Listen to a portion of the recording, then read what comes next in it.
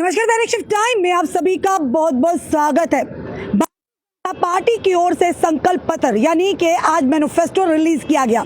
जम्मू कश्मीर की जनता के लिए क्या है उस मैनिफेस्टो में, क्योंकि देश के गृह मंत्री अमित शाह और अन्य नेतागण यहाँ पर मौजूद थे। इस समय अनुथम के बिल्कुल बाहर से हैं।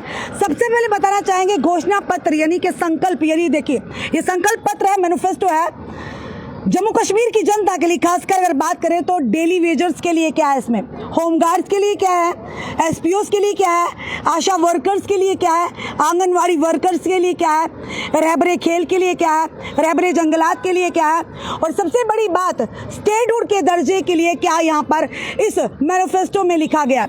लगातार नजरें गड़ी हुई थी, कई सारे प्रोजेक्ट लाने की बात भी इस मैनिफेस्टो में की गई है, पर जिस पर लगातार नजरें गड़ी हुई थी बेरोजगारी की जो मार है वो लगातार हमारे युवा उसे ग्रस्त है। सबसे बड़ी बात डेली वेजर्स की, 2014 में ये वही भाजपा है जिसे प्रचंड बहुमत के साथ केंद्र में हमारे इसी डेली वेजर्स ने और हमारी जनता ने इसे बिठाया था, यानी इनकी ताजपोशी की थी। तब से लेकर आज तक 2024 है, 10 साल लगातार हो चुके हैं, पर आज भी हमारे डेली वेजर्स का शोषण हो रहा है। कहा जाता है कि बायोमेट्रिक लगाई जा रही है और कहा जाता है 9,000 रुपया दिया जा रहा है। हम उन्हीं नेतागणों से कहेंगे जिन्होंने वायदा किया था 9,000 में अपना घर चलाकर बताइएगा, और साथ ही साथ बायोमेट्रिक से क्या किसी का पेट भरेगा। और अन्य अगर बात करें होमगार्ड्स की, महज 2700 रुपये लेते हैं। देश के प्रधानमंत्री जी ने वायदा किया था जब वो कटरा माता वैष्णो देवी के उस पावन धरती पर आए थे, उन्होंने कहा था कि सबसे पहले अगर हमारी सरकार आती है तो होमगार्ड्स को उनका अधिकार मिलेगा। पिछले कई वर्षों से एक लंबी लड़ाई हमारे वो होमगार्ड्स भुगत रहे हैं, जिन्हें महज 2700 रुपया महाना मिलता है। अरे 2700 रुपया तो आपके घर के जो आपने पालतू कुत्ते रखे होंगे ना, उनका दूध ही पूरा नहीं होता। एक समय का 2700 रुपये दूध होगा, तो आप खुद सोचिए ये होमगार्ड किस तरह से अपना परिवार चलाते होंगे। चलिए अब घोषणा पत्र पढ़कर बताते हैं, क्योंकि वहां पर सवालों जवाबों का सिलसिला था और खास करके देश के गृह मंत्री जी से यहाँ पर आए हैं, उनका स्वागत किया गया। और वहां पर ये जरूर कहेंगे इलेक्शन सर पर है, 18, 25 और आगे तीसरी जो चरण में इलेक्शन होंगे, ये तो फिलहाल जनता जवाब देगी हर पार्टी को जिन्होंने भी जनता के साथ गलत किया है या धोखेधड़ी की है या उनके साथ वायदा खिलाफी की है।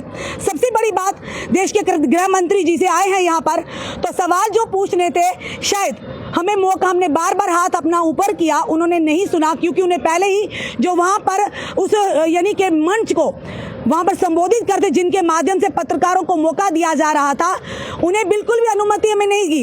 अगर बात करें भाजपा, देश के प्रधानमंत्री महिला सशक्तिकरण की बात करते हैं, महिलाओं को, बेटियों को आगे लाने की बात करते हैं। इस जो इलेक्शन में, असेंबली के इलेक्शन में है, हम पूछते हैं बताइएगा आप उस देश के प्रधानमंत्री जी की बात पर कितना खरा उतरे हैं? आपने कितनी अपनी पार्टी की महिलाओं को मैंडेट दिया है? हमने हर पार्टी से पूछा कि आप सशक्तिकरण की महिला की बात तो करते हैं, 33% रिजर्वेशन की बात करते हैं, अरे आप तो 2% भी देकर राजी नहीं है। और उससे भी बड़ी बात, क्योंकि सवाल हमने पूछना था डेली वेजर्स का, और उससे भी बड़ी बात स्टेटहुड का, हमारे महाराजा जी की प्यारी रियासत को कब वापस देना था। पर कहीं ना कहीं शायद उन्हें वही सवाल पसंद थे, यानी कि जो वो चाहते थे, वो सवाल बिल्कुल भी नहीं पसंद उन्हें जो जनता चाहती थी, तो इसीलिए शायद मौका नहीं दिया गया। पर हम कहने से ना हटेंगे ना डरेंगे। फिलहाल चलिए मैनिफेस्टो पर एक नजर डालते हैं। जम्मू कश्मीर से आतंकवाद और अलगाववाद के उन्मूलन की बात करते हैं, और वहीं पर मां सम्मान योजना, सालाना 18,000 हर घर की सबसे वरिष्ठ महिला को।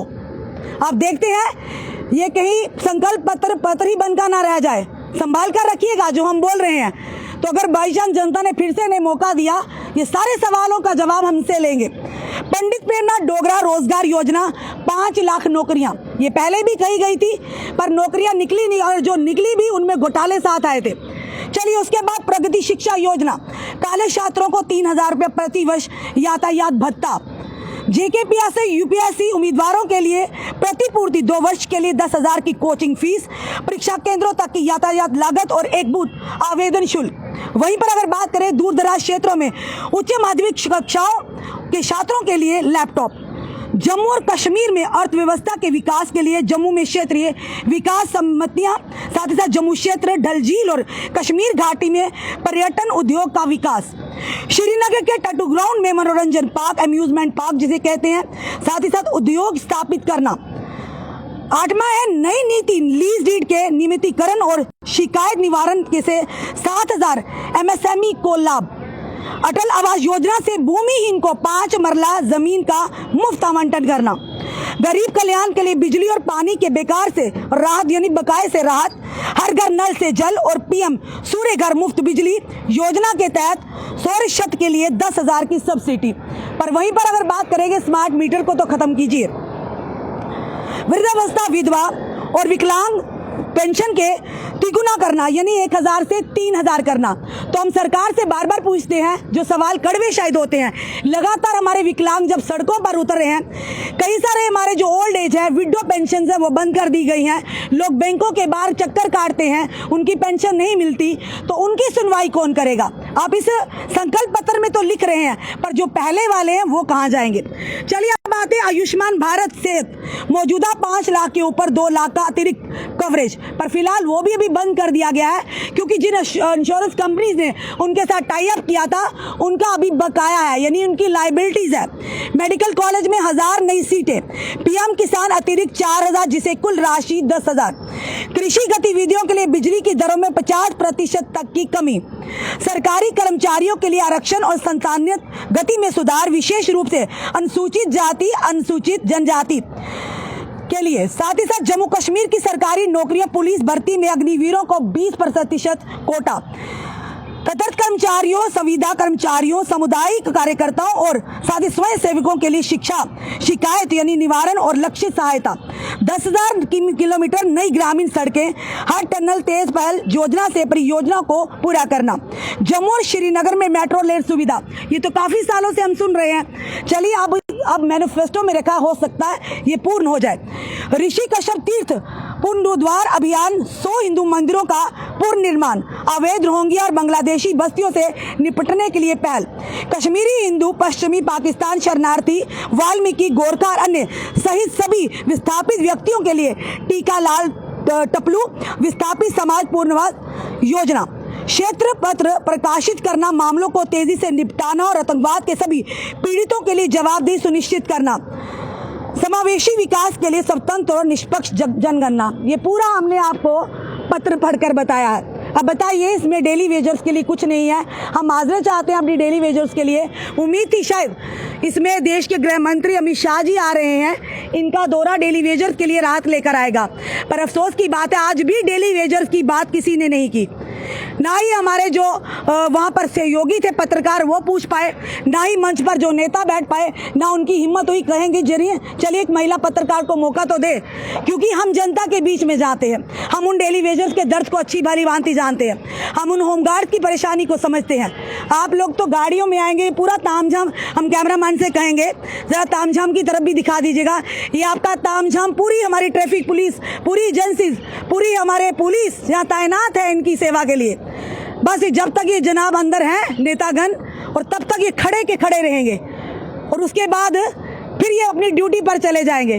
पर हमारी 61,000 डेली वेजर्स का क्या, हमारे होमगार्ड्स का क्या जो 2700 रुपया ले रहे हैं, हमारे SPO भाइयों का क्या, और वहीं पर अगर बात करें आशा वर्कर्स का, बेटी बचाओ बेटी पढ़ाओ, और साथ ही साथ आंगनवाड़ी वर्कर्स का, रैबरे खेल का, रैबरे जंगलात का, लैंड डोनर्स का, फायर इमरजेंसी रिपोर्ट कहाँ गई, कुछ भी नहीं पता जनाब।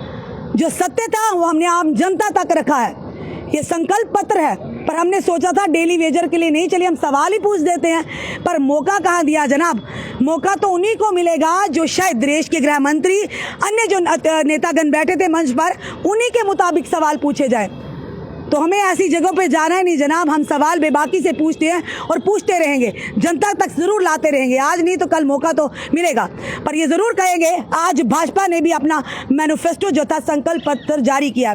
जनता इससे कितनी मुतफिक है, क्योंकि हम जम्मू कश्मीर के लोगों की बात करेंगे, क्योंकि देश संभाला देश के प्रधानमंत्री हैं, बाकी अमित शाह जी वो देख रहे हैं, पर जम्मू कश्मीर की बात कौन करेगा। हमारे यहाँ के नेता जो हैं, हम माफ़ी चाहते हैं ऐसे वर्ड शब्दावली का प्रयोग कर रहे हैं। जब आप मंच पर बैठते हैं आप तो बोल भी नहीं सकते हैं, तो हमें तो बोलने का अधिकार है ना, क्योंकि चौथा स्तंभ हम ही है। अगर आप नहीं बोल सकते तो हम जनता की आवाज़ रखेंगे ना। फिलहाल हमने जो वीडियो दिखाया, हमारी जनता क्या कहती है ज़रूर कमेंट बॉक्स में कमेंट कीजिएगा, क्योंकि पहले भी वादा किया गया था, आज फिर से वादा भी नहीं किया गया। आज तो जो संकल्प पत्र था उसमें जो भी था आपके समक्ष हमने लाया, वो कितना खरा उतरे कितना नहीं। अमित शाह जी कहते हैं 5 साल फिर से हमें दीजिएगा। अब ये जनता पर निर्भर होगा कि जनता वाकई बदलाव चाहती है या फिर से एक बार भाजपा को 5 साल देने के लिए तैयार रहिए। जनता इस समय बहुत बलवान है, आपके पास वोट की ताकत है, और अगर कहीं किसी सरकार ने भी, किसी पार्टी ने भी गलत किया है तो हमारी जनता ने उन्हें उनकी जगह दिखा दी है। तो वोट की चोट ये आपके हाथ में है। फिलहाल आपका क्या कहना है ज़रूर कमेंट बॉक्स में कमेंट कीजिएगा, और इस वीडियो को ज़्यादा से ज़्यादा शेयर कीजिएगा। जुड़े रहिए ऐसे हमारे साथ अगले अपडेट के लिए। जय हिंद, जय भारत।